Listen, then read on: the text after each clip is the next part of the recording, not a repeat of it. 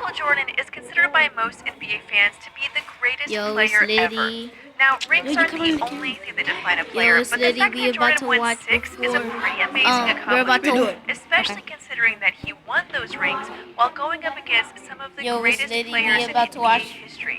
Players like Stockton, Malone, Ewing, Barkley, and others never won a championship, in part because of Jordan and the Bulls. But what if Jordan never won a championship? How would that have changed the course of history? Let's replay that back.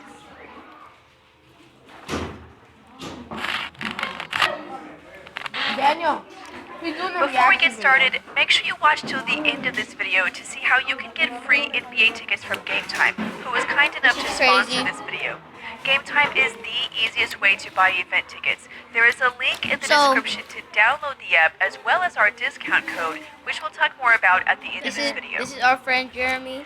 We'll start first scared with of the 1991 playoffs, Jordan's first He's a little championship. scaredy cat, The Bulls marched all the way to the we'll finals leave him in alone. pretty convincing fashion, which became the norm for them.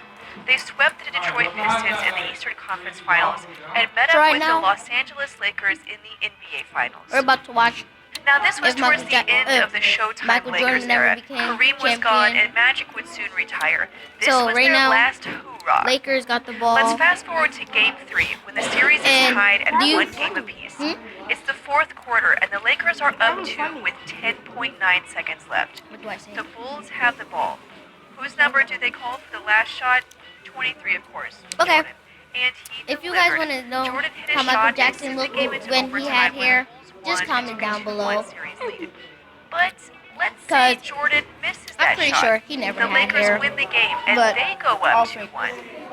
The Lakers got blown out in Game 4. This show does not count as a live lost broadcast. James Worthy and Byron Scott to injuries. Worthy averaged over 21 points a game that season, and Scott averaged over 14. So this was a huge blow.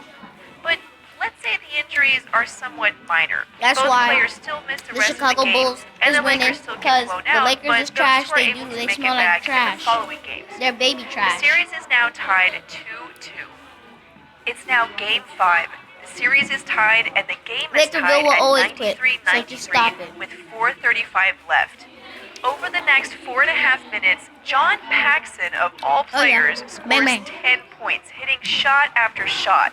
On the other end, with Worthy and Scott gone, the Lakers run their offense through Sam Perkins, who misses 3 shots and a free throw. But let's say John Paxson doesn't go crazy, and the Lakers have James Worthy on offense. The Lakers win and are now up 3-2. The Lakers close out the series and win the championship.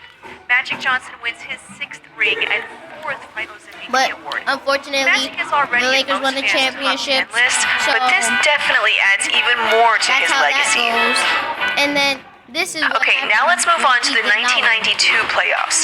In the Eastern Conference semifinals, the Bulls met up with Patrick Ewing and the Knicks. This was a hard-fought series. Patrick Ewing averaged 22 points, 11 rebounds, and over 2 blocks per game, and the Knicks took the Bulls to 7 games. In Game 7, Jordan was on fire, scoring 42 points on over 50% shooting. The man could not be stopped.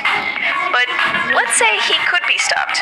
The Knicks pull out the win and move on to the Eastern Conference Finals, sending Jordan and the Bulls packing. From here, it's a little harder to predict. The Knicks would face the Cavaliers in the conference finals. The Cavs took the Bulls to 6 games in their original series, so they weren't a pushover team. With Brad Daugherty, Mark Price, and Larry Nance, they could go head-to-head with the Knicks. They also had the second-best offense in the league, behind only the Bulls, and would have home court advantage. For argument's sake, we'll give this one to the Cavs. Now, as part of the NBA's worst nightmare, the NBA Finals features the Cleveland Cavaliers and the Portland Trail Blazers. It's hard to say who'd win this one. The Blazers had an elite team both offensively and defensively, would have home court advantage, and featured the great Clyde Drexler. We'll say the Blazers win this series. Drexler gets his first NBA championship and Finals MVP. With 2 rings and a Finals MVP, would Drexler move up anyone's all-time list? Moving right along to the 1993 playoffs, the Bulls again faced the New York Knicks, this time in the Eastern Conference Finals. The Knicks go up 2-0 in the series. They get blown out in Game 3, but still lead the series 2-1, thanks in part to the fact that Jordan has struggled mightily in Games 1 through 3, shooting only 30% from the floor.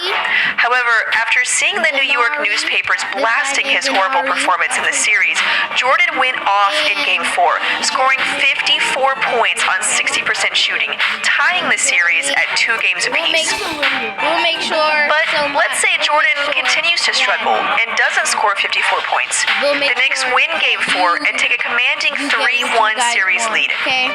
Let's fast forward now to the final moments of Game 5. The Knicks have forced a shot clock violation and have the ball with 28 seconds left, down by 1. Ewing gets the ball to Charles Smith with 14 seconds left, but Smith misses 4 chip shots at the rim in 10 seconds, and the Bulls get the ball back with 4 seconds left and close out the game.